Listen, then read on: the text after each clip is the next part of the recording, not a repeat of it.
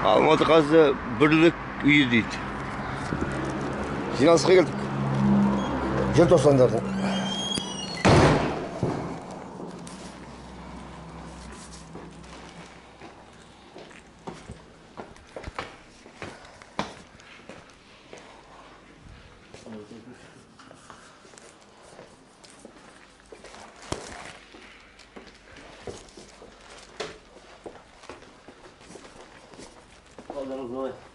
Желтоқсандықтар қайда? Қайда желтоқсандықтар? Балалар мı? Желтоқсандықтар жігіттер. Ауыл ана жақта міне. Сыртта ма? Жоқ, былай барасың деп мына жаққа қарай. Сол ғой, Я жыл болсын, doğru oturuyorsun. Çocuğu et, точно. Doğru oturuyorsun.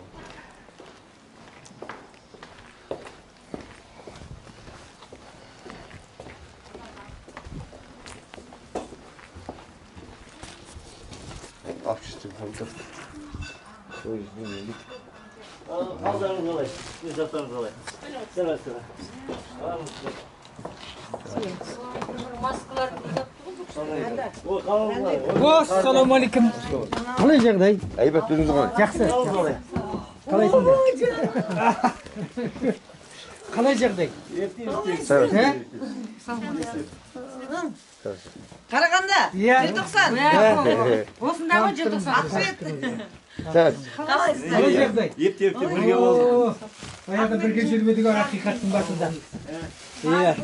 Құрылтайда бар. Өздеріңіз қалдыңыз ба? Шүкір. Молодец, сразу келіп. Қашан, түсінбей қойдым. Барамадым. Естіген жоқпын. Апам аты қайырлы болсын. Что мен апам үйінде салқаннан түсіп, үлкен диванға мен жатқызып қояды ғой. Шайды самауырынға қойып, мәк қорадағы қойларды шығарамыз. Ой, не бір жаным сол. 2 жыл бұрын келді біз кездескен. 2 жыл бұрын. Уже 2 жыл болып қойды. 2 жыл асты. Уақыт деген осы. Алматыға келіп. Өзгермейтін Біз шақырғанбыз, сонда да жетіп, ол кезде машинамен келген. Жол жоқ, әйтеме машина көтші. Не дейді Қайрекеңмен хабарласып керек пе? Нені бұл? Мазган ауыртпай. Мына кісі желтоқсан болады. Бәріне береміз, бәріне береміз. Жоқ, ашық қойыңыздар, қазір мына ашымен. Bir şey gelgenizге бере беріңдер. Мына тағамыз ғой, оны ашық қойыңыз. Давайте, аға. бірден әкім таған деп па? Міне. Шығар кезде, ана Қалихан ұқсап алып кетпейсіздер, өткізесіздер, Ахмет. Қалихан алып Жоқ, Қарағандынікі беріледі. Талқысы бар, Қарағандының несі бар. Өзіндік отдельно, да? Да, отдельно. Бұл кісі Қарағанды О, әкелші. білемін ғой, мен баяғыдан танимын ғой. Қай жеріне бұрын сонда жүрсің? Пальтоны біз жіберсейін, аны өзім бір күшті тағайында. 30 жыл болды. Пальтоны алсайшы, қонақтарды ойбу, мынау есі шығып қалды құдай, ай, қайтейін. Қазір қыздар келсе вообще шығады бұның. Яғни, маған тиісе береді әйтеуір. Қыздар келсе оқшым шығады. Құтты болсын. Қыздар, жігіттер, бәріңіз де білесіздер ақаңды. Біріншіден, екіншіден, ақаң біздің желтоқсанның неше жылдан бері Қарағанды облысындағы филиалдың жетекшісі. Ал бүгінгі күнде Қарағанды облысы бойынша Қарағанды қаласы желтоқсан ұлттық Алаш желтоқсан ұлттық партиясының Қарағандыдағы төрағасы. Таныстыңыздар ма, болды ма? Қабылаты өзінікін сайлап жүріп жатыр дейді. Onda ben заместителімін ғой. Міндет түрде ғой, ойбай ау. Міне бірінші Қарағанды келді. Ахмет Қален ағамыз. Бір сөзімізді қалдырмай сонау жерден келіп. Қалаймыз деп мен Қатаңыз құтты болсын, нағыз желтоқсандықтар міне осы. домашний рабочий формада жүрмін, біраздан кейін киінем ғой деп. Иә, киінеді ғой, бұл кісі келген қойып тұрайын. Жаным. Жақсы. Молодец. Сізге де келінеді. Сізден яңыз, иә. Фамилияңызды жазыңыз. Аяғың ауыр қып енді. Иә, қайта Гүлекең деген ол адамды білесің ғой. Ештеңе білмейді. Әне ананы албаңыз, пока не поздно. Несі ма, ұстапырақ не қылады, ішіне өзгертугенді қайтараса, бүгін қолқанды қаптыңыз, иә, құрылтайдағы. Футболканың астында, футболканы тұрмайсың ғой, жердеде.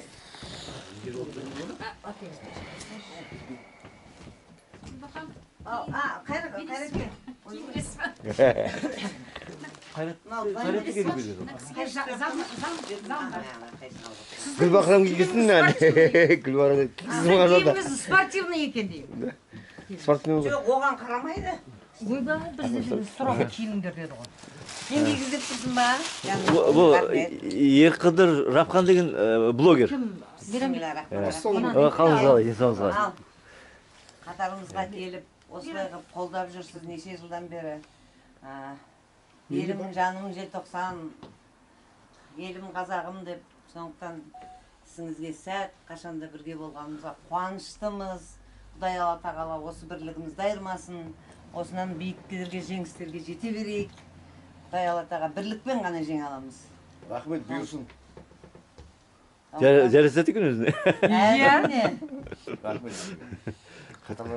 Бір тудың астына бірігейік деп. Қоспағанда, не қанша жылдан осылай болып жүргенімізге не жетсін, шіркін-ай.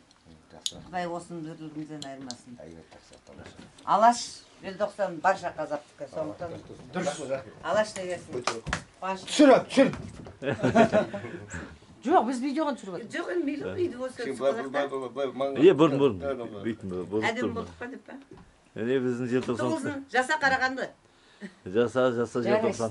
Жаса Қазақстан. Біргеміз, алға! Бір тудың астына бірігейік. Желтоқсан ақиқатын бірге құрған. Алдағы сәннен Ал енді алыңдар, ертас. Тамаша қатты деп Мен жазбай ақ қойсын, тек тапсақ. Бір-бірден алаңдар.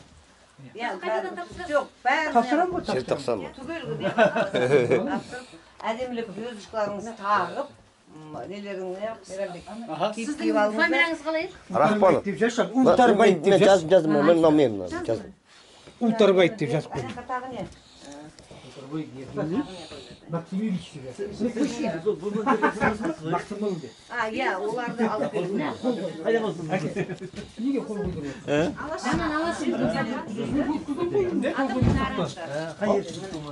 Қызылорда. Уже қандасымен уже 3 жылдай. Иә. 3 жылдан асып кетті. Жол жанашырларын. Біз ол жанашырларымыз. Кейін кезде бір қатты дауыл соғып кетті. Ой, баяғы бір ғой я, не ғой? Жаңа қосам. Не қосам? Әлі көтермей ма? Ойбай, оны біздің кездесуге шақырмайды, мен бара алмадым. Шақырып кетті. Ана Разита бар, кім Алматы қаласы бойынша не кәдімгідей бір чай берейін деген уақыт болмай кетті. О, қашып кетті. Жоқ, мен енді кездесуім керек қой, мен енді күйген адам ғой. Ой, айтпаңыз, бізді әлі қосанып деген оппозиционер деп келе кетеді, не істейміз енді? Біз барса қазақ елі үшін бар, еліміз үшін, жеріміз үшін бар. Елдер таксовать етем ғой енді, Қарағандыда. Соны айтам, сол туралы айтам ғой. Соны сіздерді айтам. Анау туған туыстарың айта барыңдар. Тірі сатқынды көрдік деп. Ой, оны ертең батыр жасайдым демеңіз. Дұрыс депті қосаныпты. Бір жеріңе тығып алайын. Жоқ, ол менсіз қазақ үйғанды ғой. Қалай сен? Вообще не знаю. Ертас білдірмейтін жоқ қой сен. Ертас бар. Иә. Жүрген жерімізде. Білдіріп жүр. Ал енді былай ғой міне. Кел, тұр. Не істейсің? Түсірші. Өсінген шығасың, өңгейін дұрыс түсірген жоқсың. Қыздар, Хамзол национальный алып келдіңдер ғой. Мен келдім сразу. Национальный. Это одно, я тебе сейчас дам орда. Түсінген шығасың, дұрыс түсірген жоқсың. Мен түсірем қазір. Болды, бері қараңыздар. Ой, қандай тамаша мекен. Біраз жерге жіберіп тастайсыздар.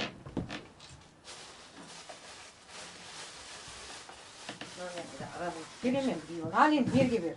Біраз жерге жіберіп тастайын дейсің ба? Иә, ана. Көрейін. Қалай түсірген? Конкретно. Тұр орта.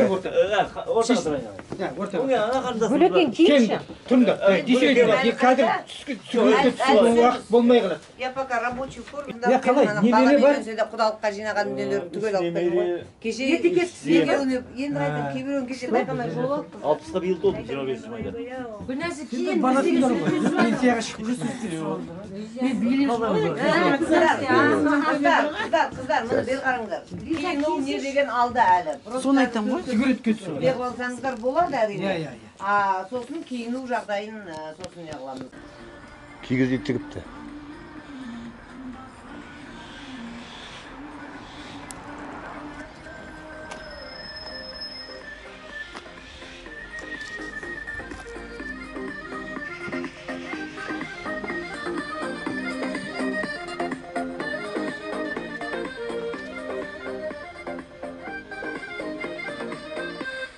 Алаш желтоқсан ұлттық партия.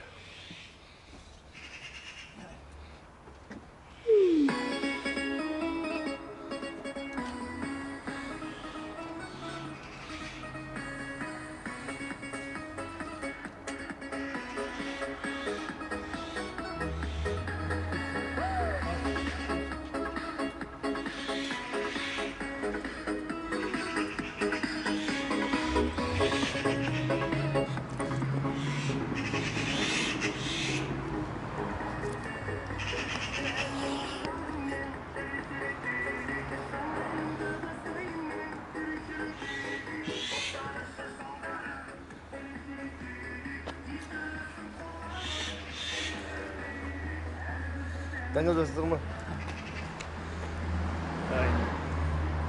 Уже партиясыздар ма? Партиясыздар ма деймін? Мен жай өзім келгенмін ғой. Сол уақытта сақталып қалған. Сен соттың қайда? Ертас, соттың қайда? Соттың қайда? Сот музыкада тұр, музыкада. Сен музыкаға Майра қойдың айда ғой. кетті. Ух ты, красотища. Мана, бір тудың асты бір киік деген вообще керемет. Иә, екеуміз тұрмыз. Осыға күзетіп па қазақ ел? Ойбай, екеуі қоймайды. Майраның бір жер көрініп. Майра былай. Жоқ, алдына. Майра. Майра емес. Майра қайдасың? Түсірші екеумізді. Майра баршы. Түсірші екеумізді содан кейін. Тұра тұршы. Не, тағы түсірсіз? Иә. Мен де білем. Ортаға кішкене ортаға екеуі. Майра, костюміңді ки наоборот. Ты че ки? Ки ана бәрі немен түсіп отыр. Әбден қойшық. Майра, быстрее. Сіз отырыңыз наоборот. Майра, моя землячка, оказывается. Ана, Майра кесін деп отырмыз.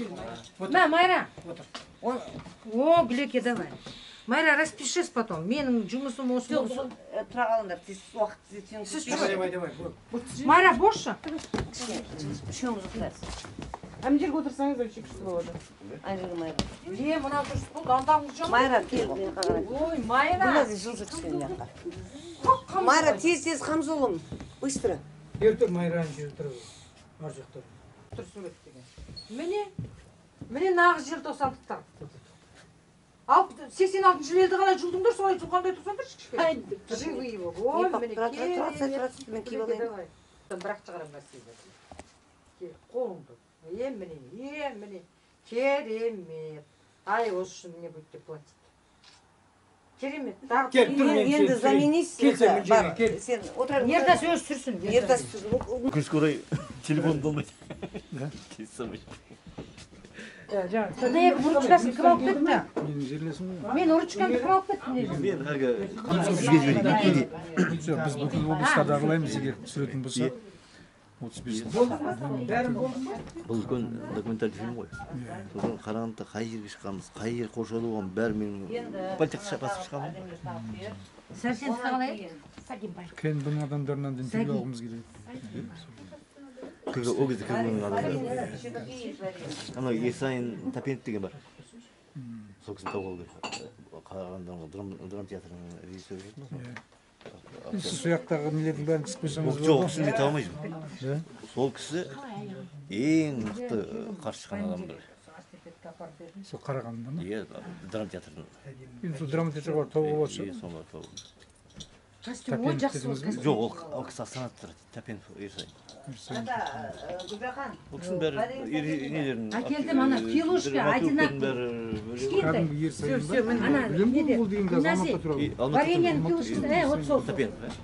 Фамилиясын білмеймін, фамилиясын бір. Ерсайын Тапенов екен. Актер. Режиссер? Режиссер, актер. Сол Ерсайын болса. Мына неде? Қарағанды драма театры.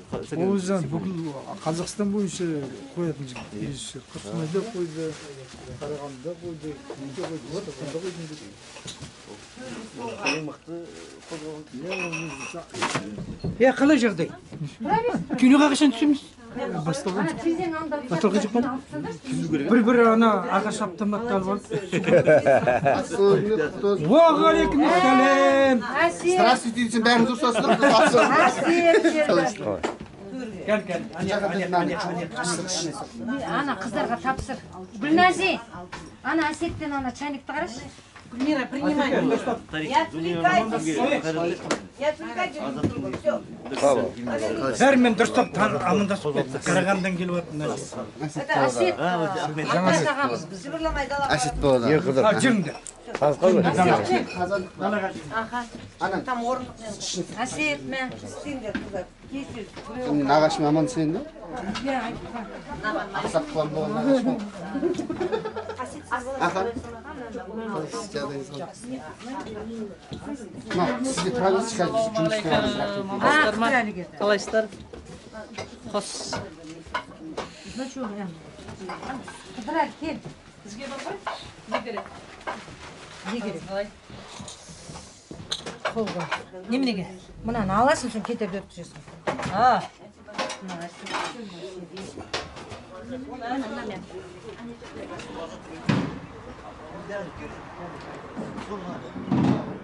Партияны құрамыз дейсің.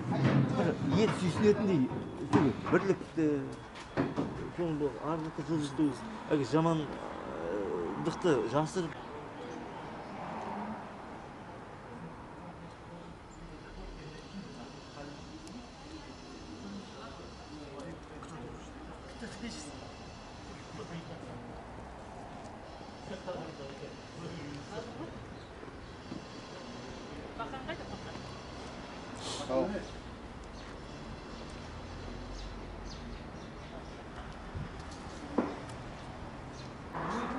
Gel брат. Пьеза қатысып жіберейік. Бар мен танысқанбыз енді. Тағы кездесіп тұрмыз. Аман болайық ең басы. Бірдеңке айтып жүрсің бе? Ау, енді не істейміз енді, қазақтың басын қосуымыз керекпіз. Шынын айтқанда, қазақ қосылмаса ешқандай жауын жеңе алмайды. Енді билікте отырғанның бәрі жау демейміз, бірақ олар кішкене үндемейді. Бұл қазақ халқына жұмыс істеген билік болса, бәріміз риза боламыз. Шыны керек. Қазіргі кезде енді олар халыққа емес, өздерін-өздері жұмыс істеп жатқан кісілер ғой, шынын айтқанда. Сіздер халықты ойлаңыздар. Халық сіздерді ойлайды. Дұрыс қосыламын. Бәрі тамаша. Дауылдың дауысы естілмесін мен көреміз енді. Болмайды. Жақында түсіп не ету керек, жазу керек. Барып болса, дайындалып жатыр. Қазір кісілер келеді, 12 деді ғой деймін, 12 болған жоқ. Сәлем. Қажық па не? Анандай, сол комнатқа. Самашты бар, салаты. Апам Алматыға барғанда ақш Көңіл тек жатырмыз.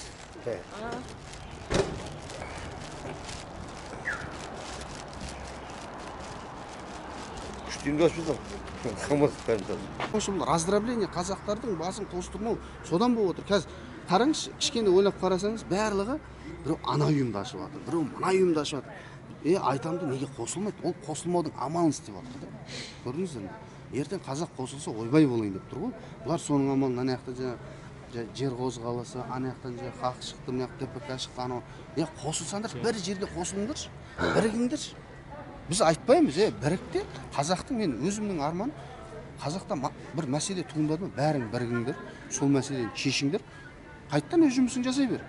Айтпаймын ғой, бірге тұрайық, бірге ұйықтайық, бірге не бірік, қазақтың мәселесінде бірік, керек емес кезде, мысалға, аласында екіге бөлін. Екіге бөлінгенде дырылдама. Мысалы, сен өзің мен қаға. Сол сияқты айтудың қазақтың біріктірмеудің амалын істеп жатыр бұлар. Анаған жамандап, мынаған жамандап, аған көсемсіп, мынаны көсемсіп. Қиын болып кетті жағдай. Қазір неге қосанып бүкіл халықты алдады ма? Қазір барлық бір-біріне сенбейді. Шыны керек. Сенбейді. Мысалы, Әбіләзов жақтайтындар да. Айтам, мына жақта отыр ғой, сөйлесін, разговор жоқ ол. Оятқан шығар, бір түйір, 20-30% халықты оятқан шығар. Митингке шығар, оятты. Бірақ енді сенің де өз мақсатың бар ғой, өз еліңде, өз жеріңде, дұрыс қой. Мынандай ғой. Ол сайлауға ұйымдастырылғанда, мен жаңағы жер сандықтарға да, оппозицияда болып жүргендерге айттым. Бойкот бәрін қойыңдар, бірігіп кетіңдер, осы сайлауды, жаңағы бірігу мәселесі. Осы сайлауды аяғынан жеткізіп, жетсіңдер, анау жас аралдарын анауларын шықты байкотты. Жаңағы ЖСДП бар бәрі. Анауға біраз шықты ұяр оппозиционер. Оның өзінде бұлардың бір қызығы жаңағы байкотшылар да, жаңағы оппозиционерлер де бәрі Әміржанды қолдаған адамдармен соғысып кетті. Мен сонда ана желтоқсан мысалы, мен шындығын айтайын. Мен желтоқсан өзімде қатыстым ғой 86 жылы жанымыз бөлдік. Желтоқсанның сол кезде мен ойлағам, бізге кіріп кетіп, авангард болады деп. Авангард. Мына ұлт тағдырының мен ұлт тағдырының ішіндегі ең куратор мен мысалы. Сонда ол республика бойынша ана чаттың бәрін мен құрғам. Сонда менің ойым желтоқсан кіріп кетіп, желтоқсан бізді басқарып кете ме? Халық желтоқсанның соңынан ілесу керек деп ойладым. Ұлт тағдыр емес. Апартта бұлар апартта желтоқсан апартта бізді төпеді. Жаңа сайлау бітті ғой, сайлау біткеннен кейін 2 ай мен 1 ай тәуелсіз бақылаушылар құрдық қой. Сол кезде мен айттым, былай қылайықшы дедім. Осы Қосановты дедім. Бәріміз халық бұл, сотқа берейік дедім. Халық жауы ғой. Халыққа мысалы қасіретін тигізді ғой, лақтырып кетті ол таза. Ол 5-6 адам емес, бүкіл Қазақстан 18 миллион қазақты лақтырды ол қарап отырса. Сотқа берейік дедім. Сол кезде айттым, мына халықты лақтырған адамдарды бүкіл дүние жүзіне жария қылып, халық жауы қылайық. Халықтың Қазақстан мемлекетінің халықтың жауы қылайық. Мына жаңағы акимат, не мысалы жемқор болып отыр ғой, соның бәрі мемлекет жауы қылайық. Міне, әңгіме қайда. Ертең күні біреу тырп еткізбейді. Ертең ананың баласы бар, немересі бар, шөбересі бар. Ертең ұрпағы өседі, айтады, интернет бар ғой же. Ойбай, осы бәленше түгенше, жаңа Қосанов дейді, алып бас, ойбай, халық жауы. Мә, сонда. Өздері көрдіңдер ғой. Сондай нәрсені бізге мен айттым, мен соның бәрін ұйымдастырайық, соның бәрін шығарса бар ғой. Ертеңгі мысалы, биліктегілердің де ойланады, жарайды. Ол билік деген ең дөкейлері бар ғой, қашып кетеді. Оның жағдайы ана шетелде былай, ал бірақ одан төменгілердің жағдайы 10 жылдан қайтып келеді олар. Потому что ақшасы бітеді олар. Әңгіме қайда. Көрдіңіздер ме? Ең бізге жаңағындай нақты мәселе қою керек та, бізге бір алады да бір ана халықтың кішкене мына санасы, ойы басқа бөлінсе бірдеңкені лақтырып жүреді, соған бәріміз ұрды болып кетеміз. Шыны керек. Домбыраны сындырып жатыр, ананы бәріміз соған пыррыда қаламыз ба, басқа жақта план қақып қалады ана. Дос көшім аға айтып еді бір сөйлескен кезде. Сендер қазіргі белсенділердің бәрі как скорая помощь дейді. Біреу бірдеңке дейді, соған дік чауып барасыңдар. Бірақ ана жақта басты мақсат қақпалды дейді да. Көрдіңіз бе? Ана екінші жұмыс қылып қайттан барамыз да сол жаққа. Бізге ең бірінші өзіміздің қойған мақсатқа мен барлық ұйымдарға айтамын, жігіттер, сендер мысалы өздерің бөлініп алайық. Мысалы сен мына мақсатты аласың, мысалы жерді, сіз мысалға ауыл, сіз мысалға тіл, сіз мектеп, сіз медицина, жұмыс істеңіздер. Звондайсыздар, жігіттер мынандай болмайды, жиналайық медицинада. Бәріміз барамыз да қолпаштаймыз. Алдында Ирина Ким деген бейбіт шеру жасады. Сөз шақырды. Көптеген адамдарды шақырды жаңа. Біздің қазақ тілдестеріміз қазақ тіліне деп қайт етіп жатыр да, бір сөзбен айтқанда. Қазақша неге жазылмаған, неге айтамын да, Ирина мынау не? Енді сен маған 2 күн қалғанда көмек сұрадың, мен келдім балаларыммен. Мен көмек сұрағанда мен за безопасность отвечать еттім да. Қолында титушка бәрін балаларымды қойып тастадым, ешкімді кіргізбеді, еткізбеді. Таза. Титушкалар көп болды, анау орыстарды әкеліп кіргізді бәрін қойып шықты. Акиматтың өзі амон не тұр, бастап алып келдіңдер, сонан көріп тұрсыңдар ғой. Бізді арандатайын деп тұрса, үндемейді.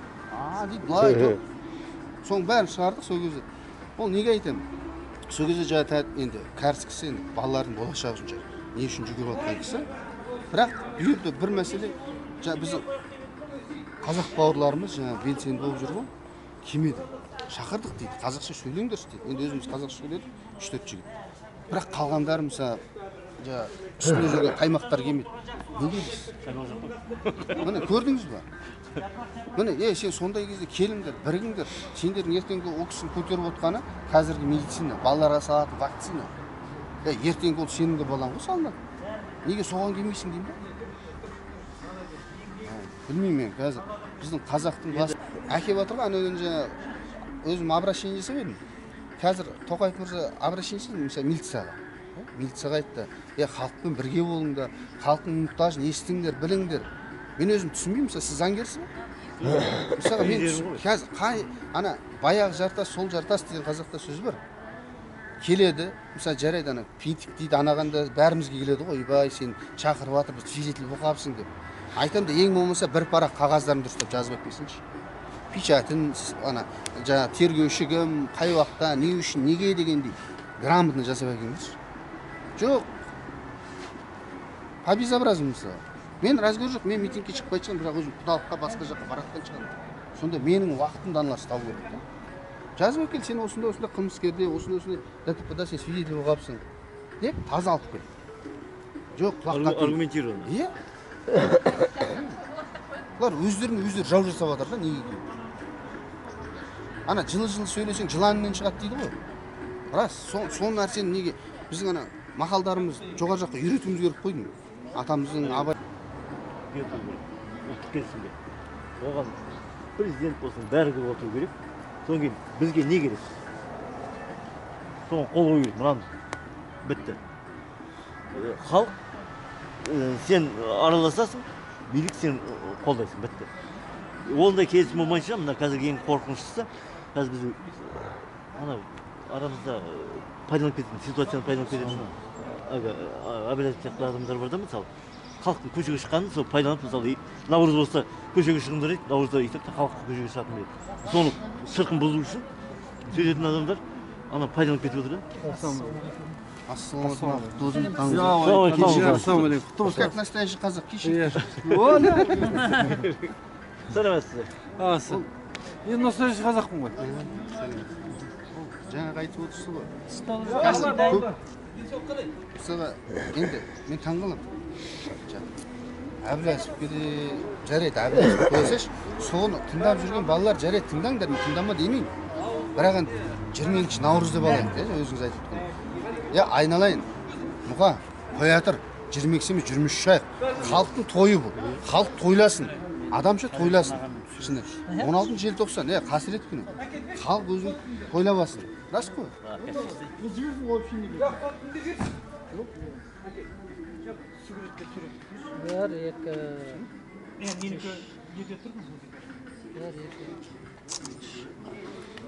Айтып отырмын, әр олар алады да мейрамды бұзады. Сен адамның настроениесі, қазір кітапты әрең жүрген халық мейрамын тойласын. Ал 22-сімен календар бітіп қалмайды ғой. 16-сімен календар бітіп қалмайды ғой. Ол оның баяғыдан әдеті ғой сол, бірінші май әбден проектер. Иә, оның привычкасы ол баяғыдан ол. Біздің, мысалы, жап-жақсы ойын айтайын деп жүрген жігіттерді аппаратты провокатор жіберді. Небір жақсы адам, жақсы балалар бар ішінде. Айтып отырмын ғой, мен жастармен көп араласам да, бізде қазақ клуб деген жерін айттым ғой. Мысалы, мен жастардың ортасында отырғанда сүйсінемін де, олардың айтатын сөзі біздің айтып жүрген сөзден әлде қайда жер мен көктей. Біздікі, мысалы, мен өз басым, мысалы, 30 жыл бойы саясатта жүрсем де, талайын көріп көрсетім. Шуды шығаратында біздің жасымыздағы шалдар. Бұлап сөзді айтатын, бір-бірімен қырқысатында, айналайын анау, өсіп келе жатқан өскелең ұрпақ бізді көріп тұрып не болады? Мәселе, тұрағап бір-бірімізді жамандап, соны ит қып, соған бір ләззат аламыз да. Басы бірікпейді ғой? Ләззат аламыз. Жаңағы әсет сияқты мысалы, көптеген жастар бар, соларды тыңдауымыз керек уже. Біз енді, біздің облыс әкімінің кездескенде мен бір сөз айттым. Мен дедім, халқым үшін жұмыс істегім келеді, мемлекетім үшін жұмыс істегім келеді. Ана Жеңіс Қасымбек, біздің Қарағанды облысы. Сіздер мынаны түсініңіздерші дедім. Мен жұмыс істейін десем, аяғымды салып тұрған ол қаржы мәселесі. Рас айттым, енді ол керек. Біз жастармен жұмыс істейікші дедім. Өйткені неге екенін айтайын ба сіздерге дедім. Біз 60-ға келдік дедім. Мен аузымдағы сөзімді құса салатын адам емеспін. Содан кеткеніміз сендер түсінуілерің керек десе. Оны деді, орынбасарын айтты, орынбасарға ит-итті жұмса, ит құйрығын жұмсайды, артынан қойды. Оларға айтып отырмын. Сіздің айтқан сөзіңіз қазақта жақсы сөз бар ғой, үлкенге құрмет, кішіге ізет деген нәрсе бар да. Бірақ соны қазір ешкім істеп жатқан жоқ. Үлкеннің өзі кішіге ізет жасап жатқан жоқ. Енді жастар қалай құрметтейді? Енді айналайын. Қазір ана бір інішек бар, өзінің кішірек. Тоз жағы халық үшін ауылда нені көтеріп жатыр. Сол жақта мысалы белсенді жұмыс істеп жатыр. Айтады да, жүр кел, қасымызға қосылсын. Астаға дейді, орнына қойыңыз, соны келейінші. Мен көрдім дейді, мынаны тойдым дейді. Анау былай алдайды, мынау былай алдайды, пайдаланып кетеді дейді. Енді көріңіз, ол мысалға беті қайтып жатыр да жастар. Көптеген жастар келеді, сөйлесесің ғой. Жаңағы айтқанда, ол шалдарың ғой, айтам, ей, бұл шал болғанда ертең бата береді, ертең тоқтауға тоқтататын кісілер болу керек барлығы. Жаңымызды айтып отырып қой, ДБК-сы бар, анаусы бар, мынаусы бар. Соның барлығын мысалы тоқтау айтатын бір ақсақал болу. Қазір біз ана Қыдырәлі бәріміз айтамыз, бір үлкен жиын болса айтамыз, ең бірінші бата бастау керек. Ата бабамыз батамен соңын батамен бітірген. Соның бәрін қазіргі өзіміздің қазақи бұйымға келмесек, батысқа еліктеп отыр бәрі. Қазақтар, білмеймін, қазақтар не үшін ояққа еліктейді? Сенің өзің әдет ғұрпың бар, тәрбиең бар, өзің сипатың бар ғой қазақтың. Батысқа да сонау не арабтарда қате.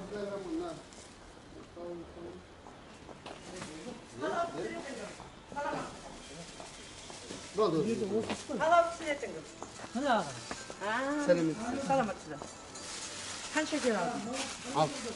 6-7 килограмм. Содан кейін бетіңізге қатты қуырмаңыз. Етін жоқ қара таджикский болып кетпесін. Жоқ, айтады, мен білем. Айта береді. Мен өзім технолог, 5-ші разряд повар. Тайқазандарда 4-еуін қойып қойып палау істеймін мен. Сол үшін бұл кісілер кейбірде перебор жасап жібереді да, қатты күйдіріп жібереді. Андай таджикский қылып жібереді. Біз спец андай мындай күрішпен сондай жай палау емес. Күшті лазер. Мынандай андай немен жасайық. Но қатты надо было замочить уже. Готовый. Готовый әкелдіңіздер. На, ана етін ана палау қап-қара болып кетпесін. Қазан жуа берейік, Қыдырәлі. Қыдырәлі сен ба? Иә. Танысып қой. Ассалаумағалейкум. Түрін танысың, ер Қыдыр. Иә. Бір не? Бірге. Бірден келе жүрсің ба? Не дейміз енді? Қазақ елі, қазақ жерді жүрсіңдер ғой сол. Иә. Міне партия құрылды ма, құрылған ба? Алла қаласа міне алғашқы бір 50%-ын жасадық қой. Енді Алла қаласа 20 мың адамның несін жинасақ, міндетті түрде тіркейміз. Енді заң бойынша ғой бәрі. Егер тіркеме жасау көреміз, бірақ тіркейді деп ойлаймыз. Тіркеу керек. Заң бойынша бәрі заң тұрып жүреді. Енді барша қазақ баспасына би болмай дейді ғой. Бәріміз бірігіп бір жерге бір тудың астына жиналайық деген мақсатпен жиналып жатырмыз. Біз енді өзімізде анау халық партиясы деген партияны құрып ұйымдастырып жатқанбыз. Ал енді біз мына жақта бөлек-бөлек жүргенше осы мынау Алаш ұлттық партия желтоқсанмен біргейік та Алаштың баласымыз ғой деп бірігіп жатырмыз. Енді қазақ партиясы керек қой, қазақ ұлттық демократ партия керек. Әрине керек. Әйтеуір анау неден кейін сайлаудан кейін не тұрып қалдық қой. Бәріміздің мақсатымыз бір ғой. Сондықтан біргейік бәріміз. Жақсы, рахмет. Жақсы. Қатысып өте қуаныштымын. Рахмет. Қыдырәлі, пияз. Қыдырәлі, пияз. Не пияз?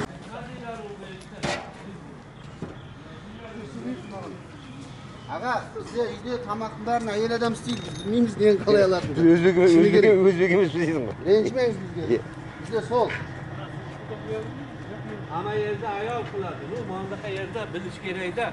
Piyoz olish kerak, tuz olish kerak, hamma yo'lda erkak bilish kerak-da. Buni men ayolga so'rasangiz aytadi, men bilmayman. Hozir tuz ham yo'qdir-a. Ала işledik. Бүкіл документ ала. Жергізбей қойған. Не істейсіңдер, не қыласыңдар? Бізде басқаша болды. Бізде жүрген байқаушы болған жігіттер ішінде артына айтты маған. Өзі айтқан жігітті де көз шығарды. Аналардың бәрін айтқан Ахметке протокол бермеңдер. Соны менен протокол болмай қалды ғой. Әйтпесе біз соттайтын адамдарда бәрін дайындауымыз керек болды. Аның берген интервьюсын көрдіңіз бе? Қосановтың ана мәселемен сода ғана бала бар ғой, жас бала, соған берген ғой интервью. Қырғызстан жағдайын айтады да, Қазақстанда ондай болмау керек, үйтпеу керек. Ондайың бар деймін да, неге былтыр онда қол алды? Мысалы, не үшін шықтың онда? Сен қазақтың бәрін алдап соқтың ғой? Шыны керек. Алдап соқтың болды. Сонда өзінің істеген ісін көрмейді да, біреудің істеген ісін не деді да, айтады да, не керегі бар олардың? Саясаткер дейді, бірақ өтеледі. Қателеседі. Жоқ, енді артынан бару керек еді, артынан бару керек. Ортасынан қышып кетті. Жоқ, мысалы, лидер дейді ғой. Лидер тұрғанда артынан халық тұрады. Лидер болса керек. Сол кезде, мысалы, 3 миллион халық тұруы мүмкін. Ешқандай бүліксіз ақ тұруы мүмкін. Өйткені қоғам тұр ғой. Сондықтан бұл жерде енді кішкене өте ыңғайсыз жағдай болып кетті. Оны енді маған бір жігіттер звондайды да.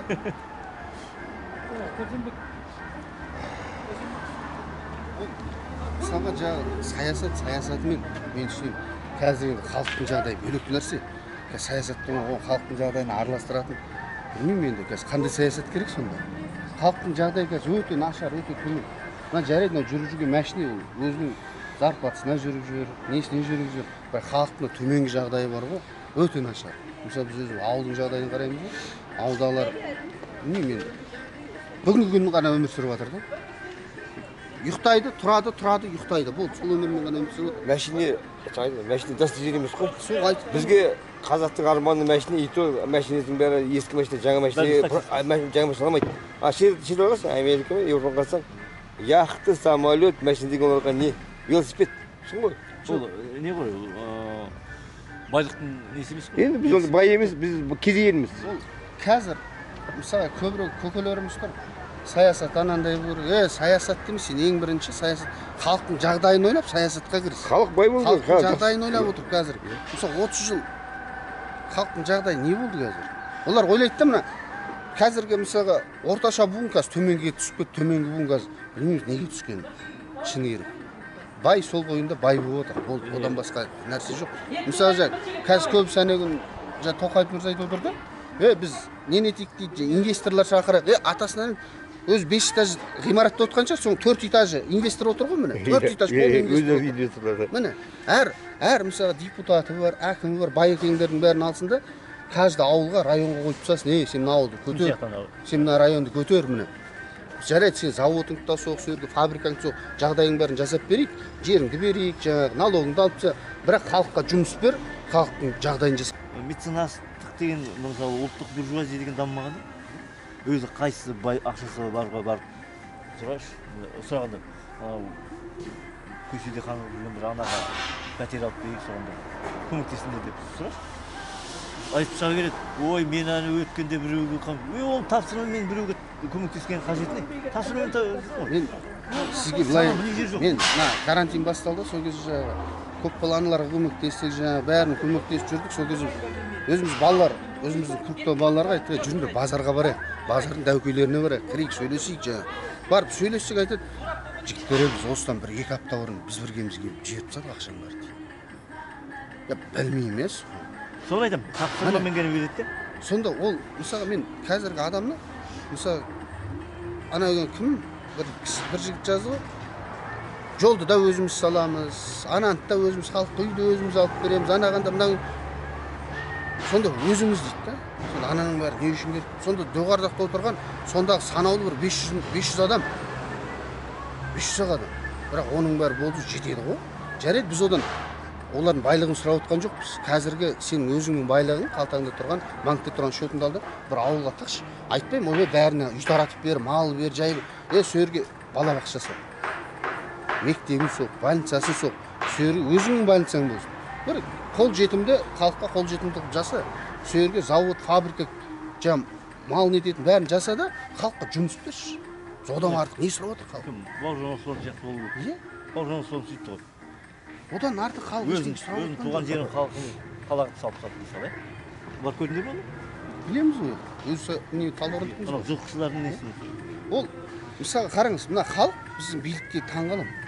Мен таңғалатын нәрсем, халық қанша митингке шығамыз, жер сатылмасын деп шығамыз. Тіліміз орнына келсін деп шығамыз. Медицинамыз дұрыс дамысын, балаларға дұрыс білім берілсін. Одан артық біреуге, неге мұнайды сатып алсың деп біреу айтты ма нерді? Или уранды неге сатып алсың? Ана біреу бір ауыз соның көттердің астында байлық сұрап отқан жоқ. Халықтың жағдайын жасасын, жерді сатпасын деп жатыр. Ол біздің бірінші мақсат жер.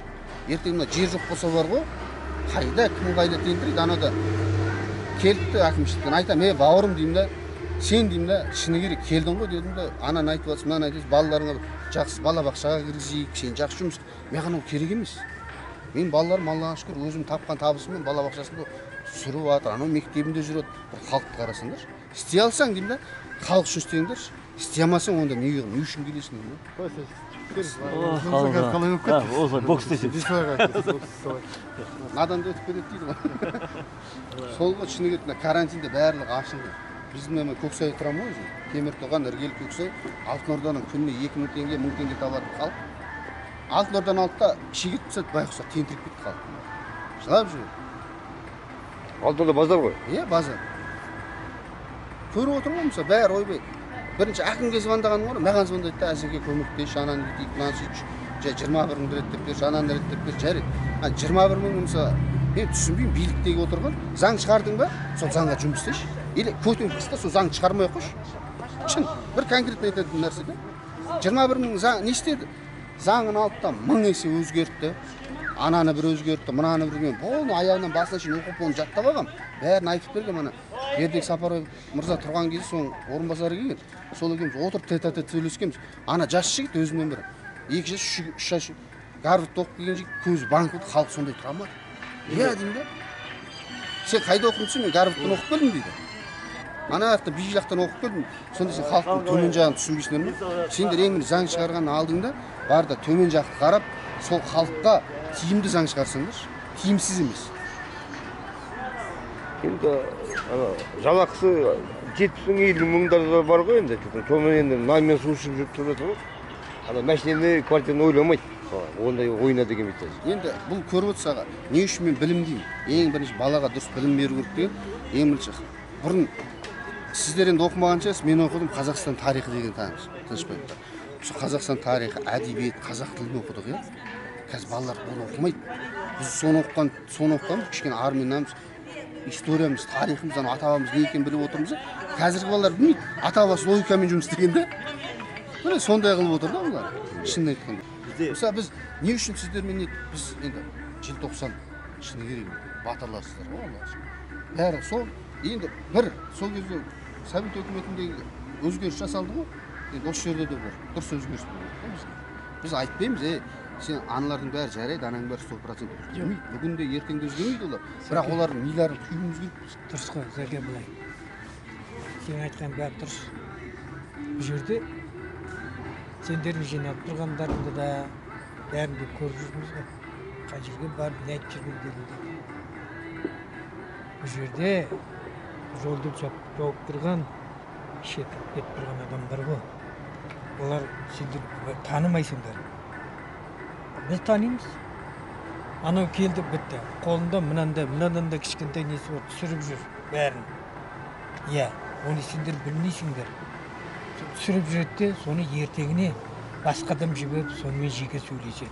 Сен екінші ғар барсаң, ана балаңа бірдеңе болады.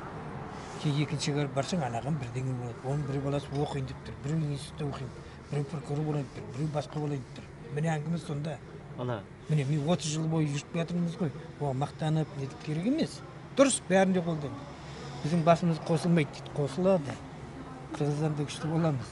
Бірақ қырғыздар қысып, кешегі ақымақ болып қалып. Дұрыс емес кешегілер. Жоқ, дұрыс емес. Иә, көресің, мен саясаткер емеспін. Бірақ араларында жүрім ғой. Иә, жасым 63-ге келді міне. Бұл жерде көп әңгіме былай. Ештеңе сындырмау керек. Сол мәдениетті түрде. Мәдениетті түрде. Кешегідей, ана енді кімді жинап алып, шақырып алып, айтқан адамдардың біреуін тиіскен жоқ, олар өздерінің адамдары. Сонда ойлап қою керек. Олардың біреуін алып кеткен жоқ. Сырттан барып, тағы біреулі бірдеңе десінші. Ана жерде бәрін мешін кетті. Мынандай партия, енді сендер халық партиясының кім басқарады? Ау, біз бәріміз біргеміз. Мынандай ғой, сендерде ортақ мәмілемен. Алаш партиясы бір болды. Біз тудың астынан жиналып жатырмыз, бір айтты. Жерді сатпау керек дейді. Жерді, иә, қазаққа да жаңағы басқа мемлекет шетелдіктерге де сатпау керек. Шетелдіктерге жалға да бермеу керек. Қазақ мемлекетінің жаңағы азаматтарына да жалға бермеу керек мектеп. Неге дейсіз ғой? Ол жалға бергеннен кейін өзіңіз ойлап қараңызшы. Сіз жарайды патриотсыз, мен патриотпын. Қалған екеуіңіз аласыздар да третий лицоға бере саласыз үшінші жаққа, дұрыс қой? Пайдалануға беріңіздер. Қазақ халқына, қазақ азаматтарына пайдалануға. 49-50 жыл емес, 10-15 жыл. Ето оның шартты дұрыс жасау керек те, екі жаққа да тиімді. Мемлекетке де жаңағы алып отқан адамға да тиімді. Не істейсің, не егесің, қалай қыласың, ертең жерді сен өткізгеннен кейін, пайдаланып болғаннан кейін қандай жағдайда бересің, соның барлығын қарастырып беру керек те. Алайда олар жалға бермеу керек, сатпау керек. Сат, Қазақстан азаматына сат. 10 сотық, 15 сотық болды. Үй салғанға ғана. Міне. шыны керек. Үй саласың ба? Ала саға вообще сатпау керек. Жоқ. Қазір қазаққа 10 сот жерден бесплатно беру керек. Вот өзіне берілу керек мысалы. Иә. Болды. Одан басқа мысалы жалға деген сөзін вообще алып тастау керек. Сату керекті алып тастау, пайдалануға именно көрсету керек та. Қазақстан мемлекет азаматына именно баяғыдан тұрып келе жатқан азаматқа міне Былай қарасаң, Жоқ, оның жақ дұрыс. Мысалы жерді, мысалы алған жерде игермей жатыр. Бостың босқа алып алды да байларың жатыр. Сол игермей жатыр жерді мысалы. Жоқ, видишь, бізде жаңа бесплатно бер дейсің. Орыстарда бар, оларда бесплатно алған. Оларда жаңағы иелеп қалды ол жерде. Қожайын болып қалды. Тоже дұрыс емес ол жағынан. Ол жаңағы тойлау вообще бермеу керек ешкімге. Сонда пока орыстар азайғанша мүмкін. Жалпы мен былай деймін де. Енді Или басқа